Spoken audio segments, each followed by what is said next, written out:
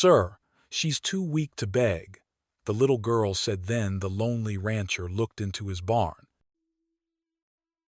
He hadn't opened that barn door in 5 years, not since the blood, not since the wind carried silence where laughter used to live. But when a barefoot girl stood at his gate in the snow and said, "Sir, she's too weak to beg," Samuel Holloway did something he hadn't done in a long time. He listened. This is not a story about war, not exactly. It's about what happens after. When grief hardens into solitude. When a man builds fences not just to keep danger out but to keep memory in. Tonight, you'll witness a war veteran haunted by loss and guilt, who finds a mother hiding in his barn, a woman tied to the very past that shattered him. She carries a newborn, and the mark of the tribe that took his wife.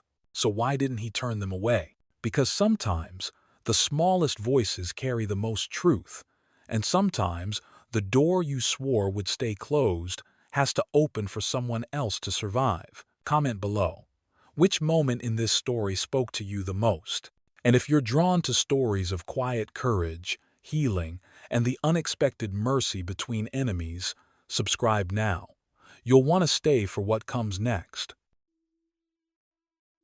A cry that wasn't loud. The wind didn't howl that morning. It breathed, quiet and steady, like something waiting to be answered. Samuel Holloway pulled the last strand of barbed wire taut along the fence, his hands stiff with frost, his body aching in that familiar way a man forgets to name after too many winters alone. He was halfway back to the cabin when he heard the knock. Not the front door, the side gate, a place no one had touched since Clara. He stood still. Then it came again, soft, like it didn't expect to be answered, as if the one knocking already knew the world wasn't listening. His boots crunched over snow, revolver heavy at his side, more out of habit than intent. When he reached the gate, he found a girl, no older than 7. Her hair was tangled with ice, her cheeks raw from wind. She wore a blanket that looked like it used to be a coat, patched and too thin. One hand clutched the edge around her shoulder, the other stayed hidden. Her voice was barely more than breath. "Sir, she's too weak to beg." He blinked, not because of what she said, but because of how she said it. Like she'd said it before, to other doors, to men who didn't stop, to cold that didn't care. "Who?" he asked. She lifted her chin toward the barn. "Mama," she said. "She told me not to knock, but she fell asleep in the straw, and the baby's cold."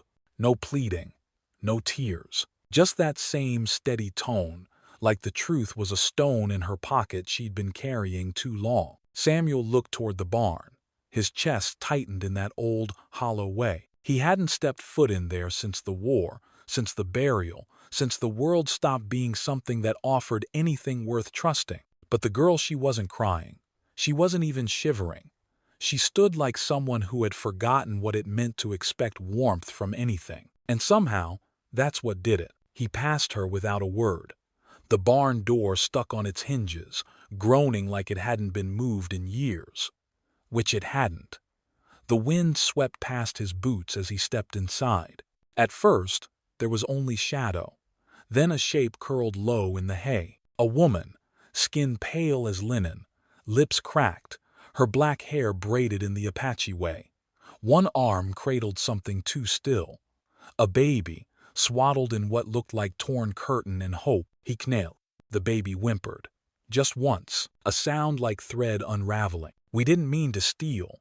The girl's voice came again from behind him. "We just needed out of the wind." Samuel touched the baby's cheek. Cold. Not frozen, but close. The woman didn't stir. His hand hovered. Not over his gun, this time, but under her shoulders. When he lifted her, she weighed nothing. Less than a memory. Less than what grief had weighed on his back all these years. The baby nestled deeper into her chest. He stepped into the snow. The girl followed close.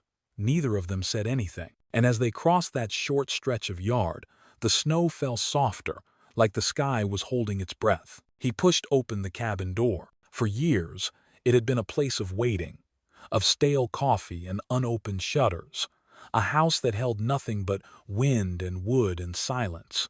But now, with a baby in his arms and a girl trailing close behind, That same silence felt different.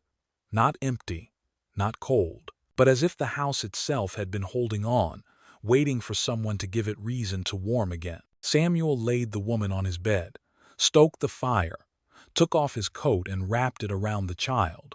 The girl stood near the hearth, watching him not with fear, but with something closer to disbelief. Sometimes, he thought, the loudest cries aren't the ones that shake the walls. Sometimes they come in the form of a small girl in too thin clothes, saying a sentence she's said too many times and never once been heard. And sometimes, the only thing that separates a tomb from a shelter is the choice to open the door.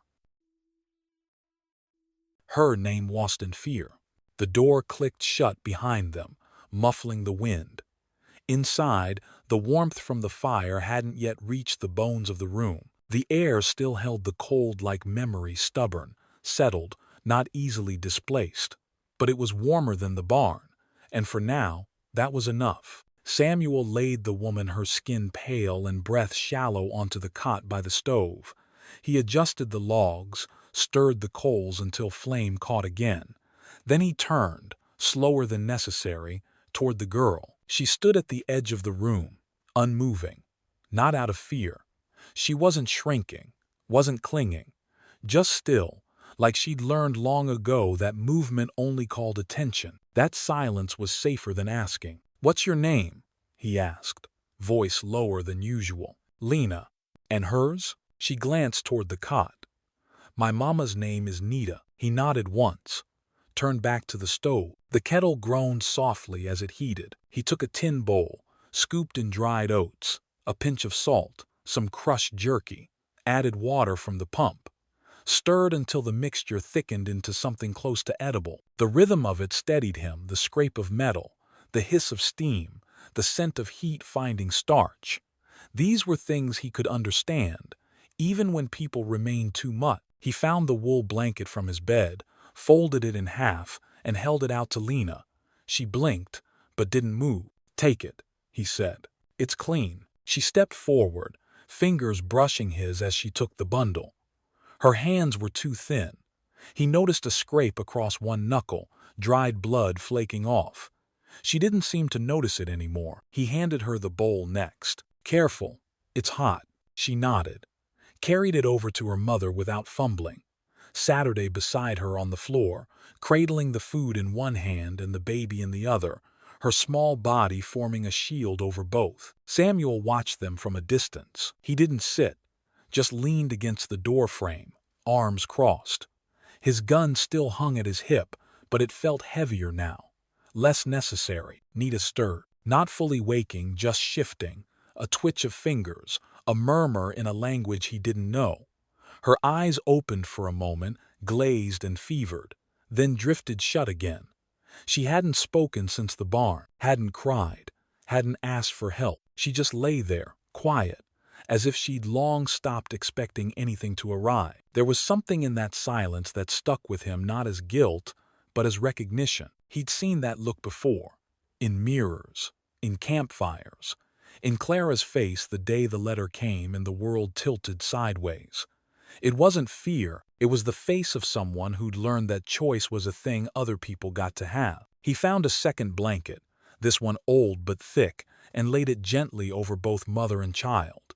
Lena looked up at him once, not wide-eyed, not smiling, just a glance, sharp and assessing, the way someone checks a door to see if it's locked. He said nothing. She said nothing back. But when he turned away, he heard the tiniest sound, a breath, not relief, not thanks, just the release of tension she hadn't known she was holding. Samuel sat in the corner chair, the one that always faced the stove.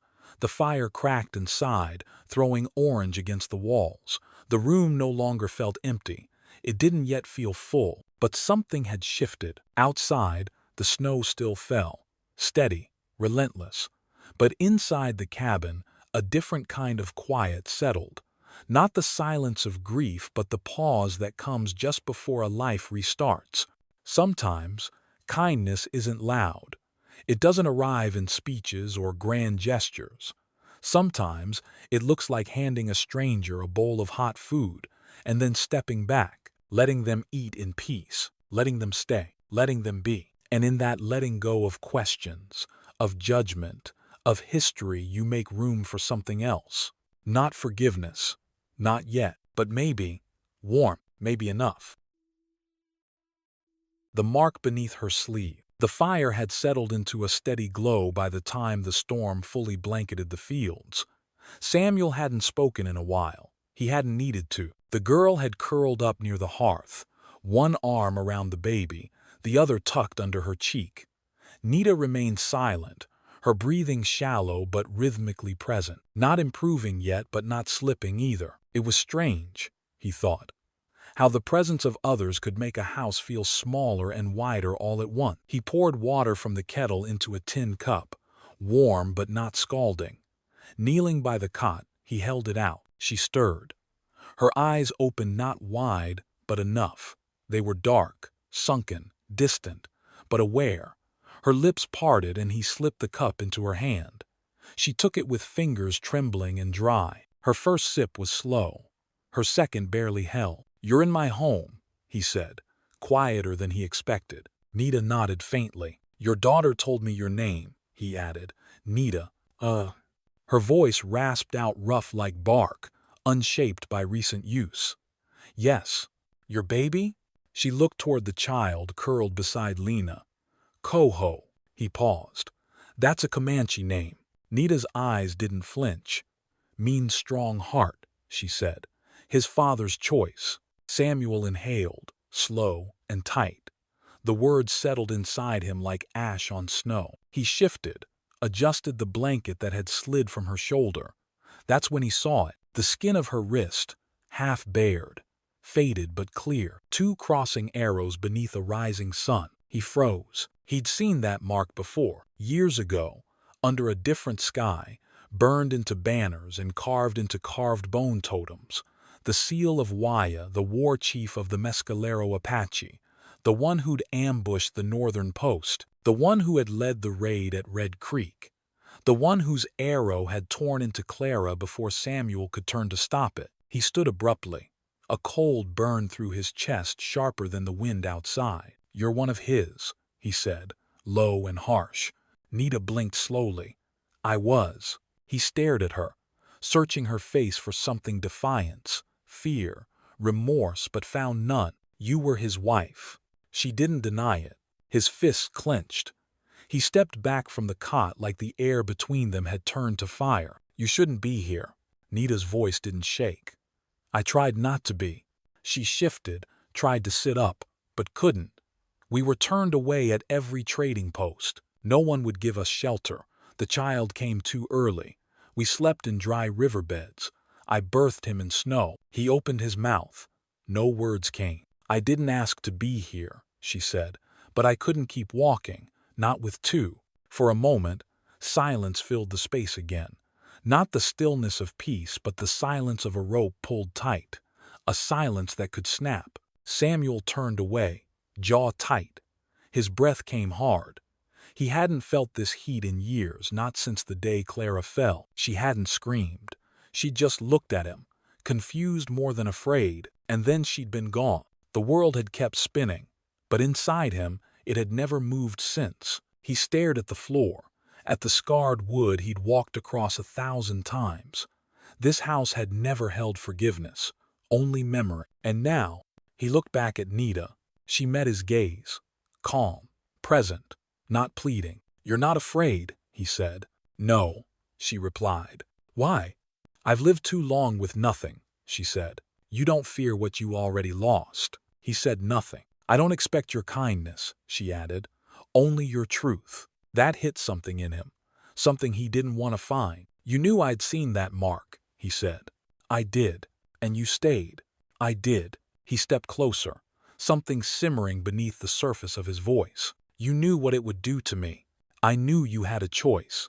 He didn't answer. And that silence, that same terrible silence, wrapped around both of them again. Not cruel, not kind, but honest. At the cot's edge, Lena stirred, blinking awake. She looked at her mother, then at Samuel, then dropped her gaze to the baby's hand wrapped around her finger. Samuel looked at them both. The girl, the child, the woman. Not enemies, not exactly guests, but not invaders either. He turned away, moved toward the stove, grabbed more wood. "Your name's still Nita?" he asked, his back to her. "Yes." He tossed the log into the fire and let it crackle before speaking again. "Well," he said, voice low and rough, "then you're here for the night." And as he sat down in the chair once more, arms crossed, heart clenching, he realized this wasn't forgiveness. Not even close. But it also wasn't war. It was something colder than hatred. And maybe stronger than it too.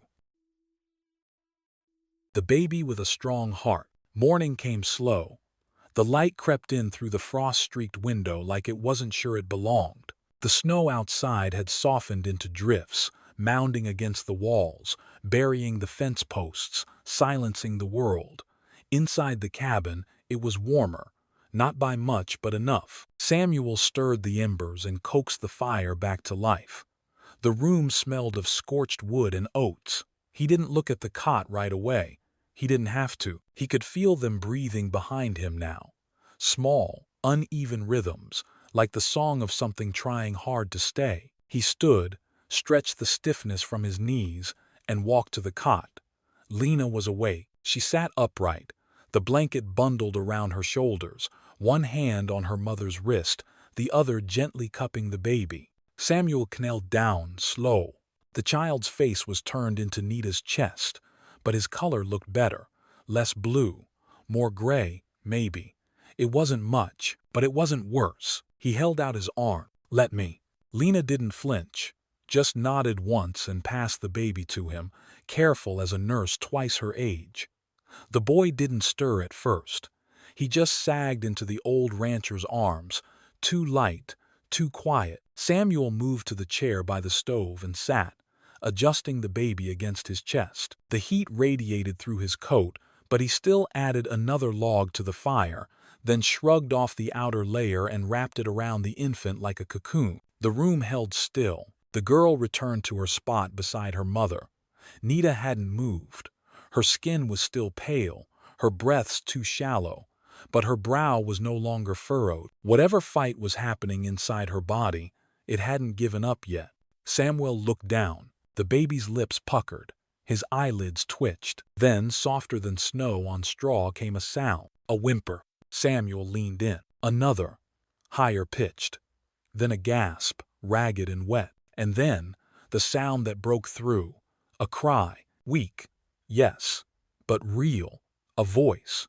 A sound with teeth. Samuel didn't know he was holding his breath until he exhaled, slowly, steadily, like a man standing at the edge of something he thought he'd never see again. "Coho," he murmured, trying the name aloud. Lena spoke from across the room. "It means strong heart," she said. "Mama told me so." Samuel nodded. "She's right." He cradled the child tighter, letting the firelight stretch long across the floor. In his arms, the boy's cries softened again into whimpers, then a twitch, then sleep. He hadn't held a baby since Clara. He hadn't thought he ever would. There were things that died with people, he used to believe. The smell of morning coffee, the sound of someone humming off-key, the feel of small fingers gripping yours without knowing who you are, only that you're warm. But maybe not everything dies when a person does. Maybe some things, tiny, stubborn things, grow again when we least expect them. Not because we deserve it, but because life is too wild to stay buried. He looked at Lena. She was still watching him. Not with trust, not yet, but no longer like she was bracing for him to push them back out into the cold. In the cot, Nita stirred again. Her lips moved, soundless. Samuel shifted the baby, tucking the edges of his coat tighter. The boy let out a half grunt, then settled, his breath warm against the wool. The fire cracked. Outside, the wind howled once, then quieted, like even it was willing to listen. And in that quiet, something moved, not loudly, not suddenly, but steadily beneath the skin of the moment. It was hope, but not the shining kind. This was the kind that grew like a seed under snow. That didn't bloom for show. That stayed small, quiet, and alive. Because sometimes, Life doesn't begin with a sunrise. Sometimes, it begins with a cry beside a fire, and a man who didn't know he still had arms left for holding. A past that waited in silence. The snow kept falling. Outside, it layered over the old tracks, blurred the shape of the world until the horizon vanished into white. Inside, the stove kept the cold at bay, and Samuel Holloway sat with the baby against his chest, breathing slower than he had in days, or maybe years. The child slept. Lena had dozed off again beside her mother, her arms curled in tight, her body still trying to learn what it meant to rest in warmth without being told it was a mistake. Samuel hadn't moved. His coat remained wrapped around the infant. His hand had gone numb beneath the boy's weight, but he didn't shift. He just listened to the crackle of the fire, to the whisper of wind around the eaves, to the silence between heartbeats. Then, from the cot, a voice, hoarse, fragile, but clear. "You were there." He turned. Nita was awake. Her lips chapped, eyes sunken, but she was looking straight at him, not in confusion, not in fear, in knowing. He didn't answer. Not right away. "I saw you," she said. "At Bitter Ridge." He closed his eyes. The name scraped like gravel across memory. Bitter Ridge. The place no one wrote songs about. The raid no one wanted to remember. Except for those who couldn't forget. "You let us go," Nita said. "You stood there, blood on your face, eyes empty. You didn't speak. You just turned your back." Samuel said nothing. The words he wanted weren't words at all, just old noise buried under orders and gunpowder. "I was with child then," she continued. "A girl. She didn't make it." Her voice didn't tremble. It was too tired for that. "I buried her before dawn. In snow. I buried hate with her." He stared at the floor. Not because he didn't want to meet her gaze, but because he wasn't sure what his own face might betray. Nita shifted again, her hands fumbling for the edge of the blanket. Samuel rose and walked over, placing the baby gently back beside her, adjusting the covers. She reached out slow, deliberate, and touched his wrist. "I do not ask for forgiveness," she said. "I ask for a place to rest." He met her eyes then. What he saw wasn't an enemy, wasn't even a stranger. It was someone broken, not once, but over and over, and still here, still breathing. He saw Clara too, without meaning to, saw her smile. The way she used to hum while boiling beans, the off-key notes that drove him half mad. The day she died, she didn't scream. She just looked at him, confused, as if even death was puzzled by how fast it had come. "I remember you," he said quietly. She nodded. "I remember looking at you and thinking, another mother, another widow. I couldn't pull the trigger. Not because I was noble, because I was already gone inside." Nita didn't speak. She didn't need to. "The army called it mercy," he added. "But it wasn't. It was surrender. I didn't know who I was anymore, and I didn't want to make another orphan." He stood back, hands on his hips, the air suddenly too thick. "I let you live because I couldn't bear to carry one more face with me." Nita looked at the baby, then at Lena still curled beside her. "And yet here we are." He gave a half laugh.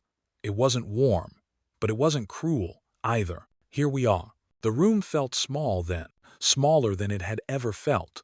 Not because of them, but because of what had been carried inside, by both of them, all this time. He walked to the stove, added more wood, more flame, anything to fill the space that years had hollowed. When he turned back, Nita had closed her eyes. Not in dismissal, but in rest. The kind that finally lets go. Lena stirred, half opening her eyes. He placed a hand gently on her shoulder. She blinked, confused, then nestled back down. He sat in the chair again, elbows on his knees, firelight warming the front of his boots. There were no apologies exchanged, no peace treaties signed, just this. A woman who should have died in snow, and a man who once let silence harden into stone sitting in the same room, breathing the same air, watching over the same child. And maybe that was enough. Because forgiveness, Samuel realized, isn't always a word you say. Sometimes It's the fact that you're still here, still staying, still choosing not to walk away. Somewhere between smoke and sowing, the days began to stretch again, not in hours, but in rhythm. Snow still coated the land, but it no longer pressed down like a weight. It simply settled, became part of the background, like the sound of wood crackling or the creak of boots across worn floorboard. Inside the cabin, life arranged itself without fanfare. Nita stayed in the cot for a while, recovering one slow breath at a time. Lena did what needed doing without ever being asked. She swept corners, wrapped the baby, reheated porridge with the same care grown women often lack. Coho cried stronger now, his voice no longer a thread but a tether tying them all to something fragile and undeniable. Samuel noticed the changes in passing, the way one does with sunlight quiet. Then all at once, the first time he saw Nita out of bed, she was sitting in the rocker, sewing a tear in his old coat. She didn't ask, just reached for it while he brought in firewood and began stitching like it had always been hers to mend. Her fingers still shook, but the needle moved steady. He didn't stop her. The second time, she was by the stove, stirring a pot of beans while Lena sat nearby, reciting a story to the baby. It was nonsense, mostly about a squirrel with boots and a crow that sang, but her voice was sure, and Coho listened like he understood. Samuel watched from the doorframe, said nothing, just let it happen. One evening, he came in late, arms full of kindling, snow crusted to his shoulders. The room was warm, not just from the stove. Nita was humming, not loudly, not for anyone to hear, but enough that it filled the spaces between walls, soft and strained. The melody was in Apache, slow and low. He couldn't understand a word, but something in it felt older than language, like wind across stone, or the hush of dusk settling over canyon. He set down the wood without a sound. Saturday in the corner, let the hum wrap around him like smoke. When she stopped, he asked, "What's that song?" She didn't turn to him. "A prayer," she said. "To the wind." He nodded, unsure if she'd answer the next part. "Does it work?" She looked up then, briefly. "Sometimes." That was the most either of them had said in days. They weren't avoiding each other. It just hadn't felt necessary. Their days were measured in small acts, blankets folded, water hauled, fires stoked. No one asked anything more than what was needed, but nothing felt missing. Later that week, over supper, just beans and cornbread, Lena fell asleep sitting up. Coho gurgled in his mother's lap, fists waving at the world. Samuel leaned back in his chair, stared into the fire. Then Nita asked, without lifting her head, "Did you ever lose someone?" The words landed soft, like a blanket dropped in a quiet room. He didn't answer at first. Then, "Yes." She waited. "My wife, Clara. She looked at him fully then, for the first time that night. "Was she kind?" Nita asked. He smiled just a little. "Too kind. And loud. Sang like a mule in heat. Burned every biscuit she ever made." Nita let out a breath. Not quite a laugh, but close. "How did she die?" "Arrow," he said. "During a raid. She didn't scream, just looked surprised." Silence followed, not heavy, but respectful. Coho squirmed in her arms, yawned. Nita hushed him gently with her palm. Then she said, "You stopped singing when she died." "I stopped everything." She nodded once, then looked down at her son. "You don't have to sing yet," she said quietly. "But maybe, someday." The fire popped. Outside, the wind picked up, brushing against the windows like a hand asking to be let in. Samuel rose, added a log, stirred the coals. When he turned back, Nita was still watching him. She didn't say anything more, didn't need to. That night, after they'd gone to sleep, he sat alone in the chair. The silence was full, not of ghosts, but of something new. Not peace, not yet, but something close. Something that stayed even after the fire died down and the room went dark. There are families made by name and law and vow.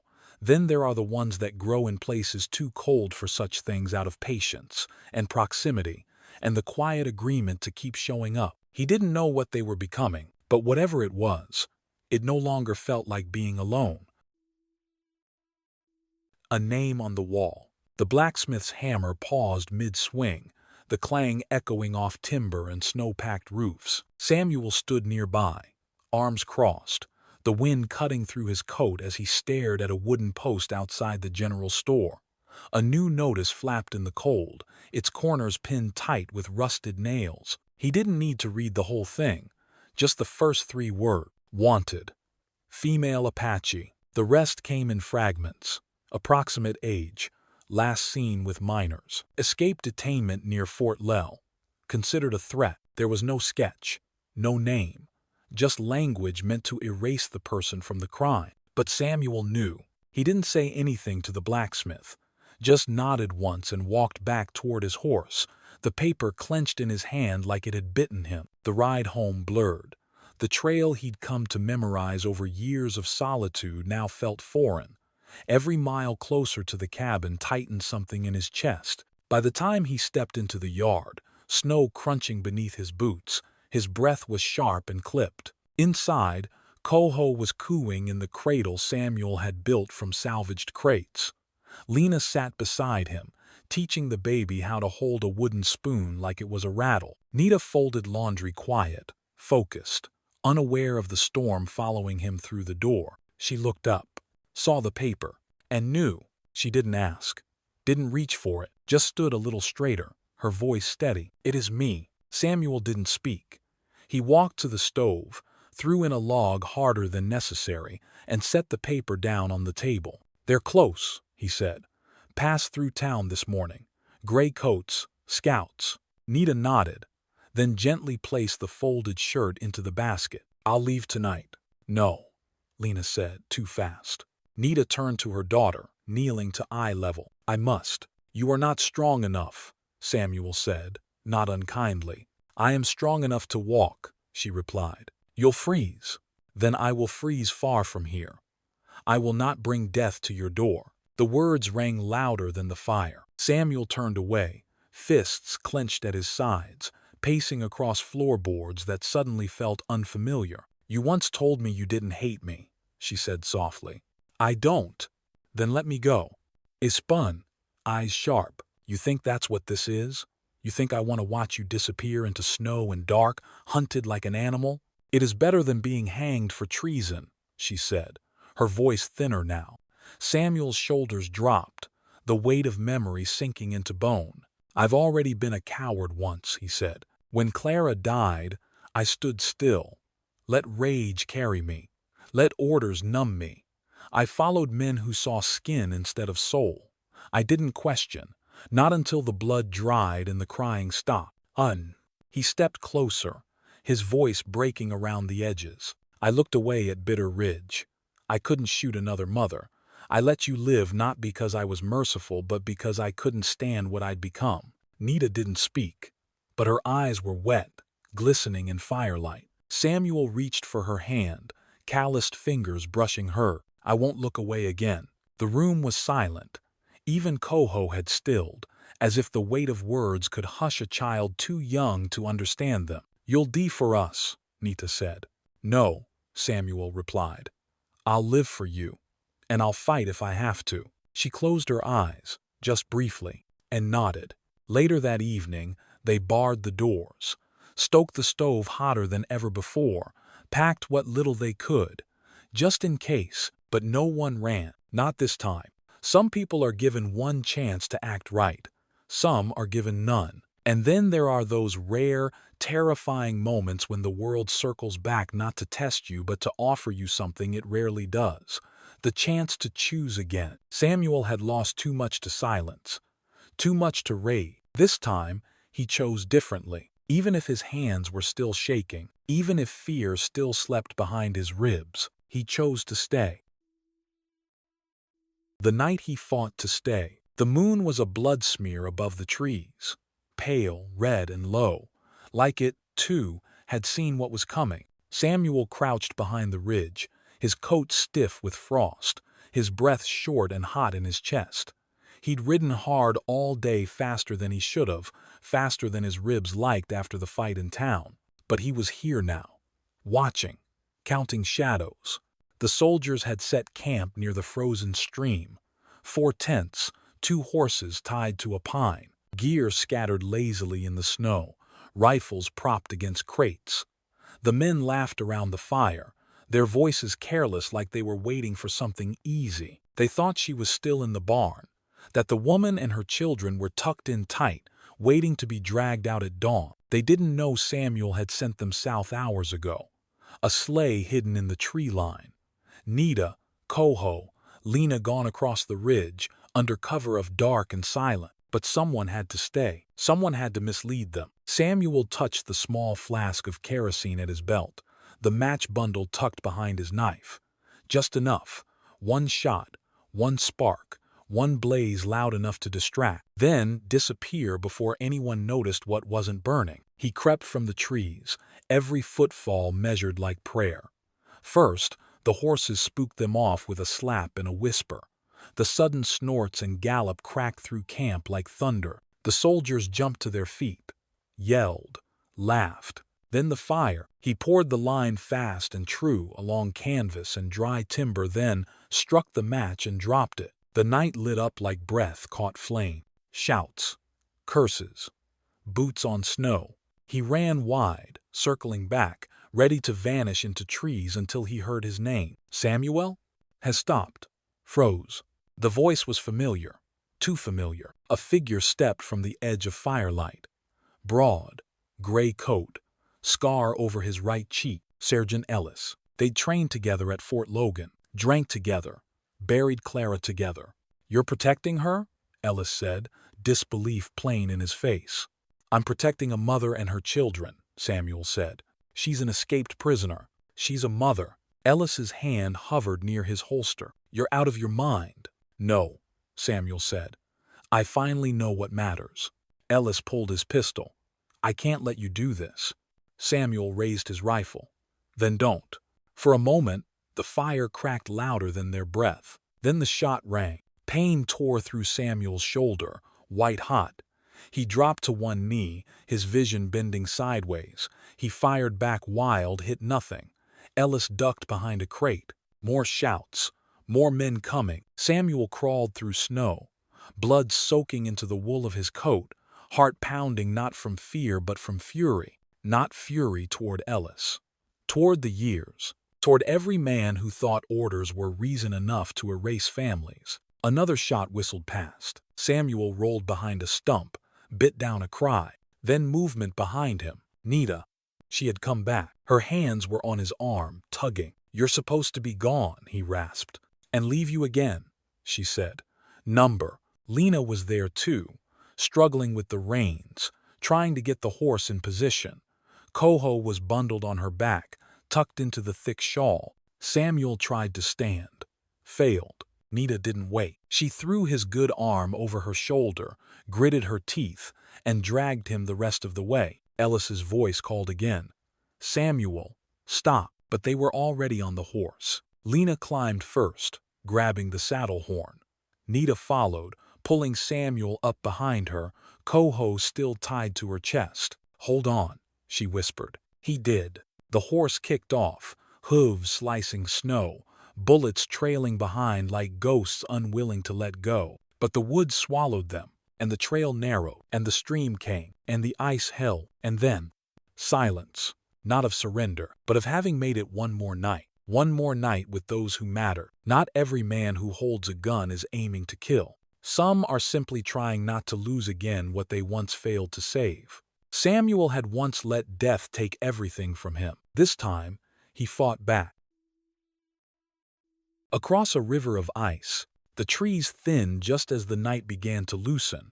Frost still clung to every surface, but the edges of the sky were softening blues, lightening to gray, then to something almost warm. The river waited ahead, wide, flat, frozen. A pale ribbon stretched between two countries, two names, two lives. The horse's breath came heavy beneath them, steam rising off its back in slow spiral. Samuel slumped against Nita's shoulder, his body spent, his coat soaked through with blood and snow. He hadn't spoken in over a mile, hadn't moved much either. "Stay with me," she whispered, tightening her grip on the reins. Lena glanced back from the front of the saddle. Her hands were red from cold, her lips chapped, but her eyes were steady. On her back, Coho stirred inside the shawl, then settled again. No cry, just breath. They reached the bank. The ice glinted beneath a skim of powder, smooth and unbroken. Nita stared across it, jaw set. She didn't ask permission, didn't hesitate. She clicked her tongue. The horse stepped forward. Each hoofall echoed like glass cracking, but the ice held. Halfway across, the wind shifted. Not cruel, not sharp, just present like an old friend returning at the edge of departure. Samuel stirred, his head rolling against her. His voice was rough as gravel. "You should have gone without me. And let you die for me?" she said. "No, you saved me twice now," she added, her voice lower, meant only for him. "But this time, I won't let go." He managed a breath that could have been a laugh. Or pain. Or both. She held him tighter. On the far bank, the trees grew lower and thinner. The land beyond was still dusted with snow, but it smelled different. Warmer, dirt instead of ash, possibility instead of retreat. They reached the other side. Nita slowed the horse, let it walk. Samuel slid down, too weak to land on his feet. She caught him before he collapsed, lowered him to the ground. The snow beneath was soft, almost wet now. Lena jumped down, reaching for Coho. Nita knelt beside Samuel, brushing his hair back. "You're all right," she said. "Tell that to my ribs," he rasped, but the corners of his mouth bent upward. The baby sighed in sleep. Lena wrapped her scarf tighter and sat close beside them. The wind quieted. Above them, the first rays of sun touched the ridge, turning the frost into silver mist. And in that stillness, with no flag flying above them, no rifles aimed, no names spoken aloud, they were simply this: 4 people who had survived. Not just the chase, not just the cold, but each other. Their pasts, their silence, their doubts. Because surviving alone was something Samuel had done before, but surviving with that was new. And that, he realized, was what made this different, what made it worth bleeding for. The letter he never sent. The hills of Sonora rippled gold under the late summer sun. Corn swayed in neat rows. The dirt was warm beneath bare feet. Laughter carried through the dust, children chasing chickens, dogs barking at nothing, a woman's voice teaching vowel sounds in 2 languages. Samuel, now going by Mateo Sandville, stood at the edge of the field, shirt damp with sweat, hoe resting against his knee. From the schoolhouse porch, Nita waved, her scarf loose around her neck, her voice firm but smiling. Koo toddled through the stalks, chasing butterflies. Lena sat in the shade with a book, occasionally calling to him when he veered too far. Back in the adobe house, under a floorboard once reserved for his rifle, Samuel slid open a small wooden box. Inside, a letter creased, weather-worn, unsent. He read it one last time. "Clara. She didn't replace you. No one could. But she gave me something I thought I'd buried with you. The will to keep going. And maybe even love." He folded it carefully, placed it back, and let the floor close over it, not as denial, but as tribute. Some loves stay to haunt you, some return to heal you, and some simply light the way forward. Some stories don't end with a gunshot or a goodbye. They end with a man laying down his rifle, not in surrender, but in protection. With a woman who once ran for her life, now teaching others how to live. And with a child whose first cry thawed the silence in a house built for ghosts. Tonight wasn't about revenge. It was about choosing to stay, to carry what broke you but still offer warmth to someone else. If there was a moment that shocked you or a line that stayed with you, tell me in the comments. Was it the wanted poster, the ice-covered river, or the letter he never sent? And if you ever saw yourself in that child, cold, waiting, hoping someone might open the door, then know this: there will always be a story here for you. Subscribe so when that moment comes again, you'll find someone waiting who understands. As the snow fades and the fire dims, ask yourself, what would you protect, even if it cost you everything? And who, right now, might be standing in the cold, waiting for you to let them in?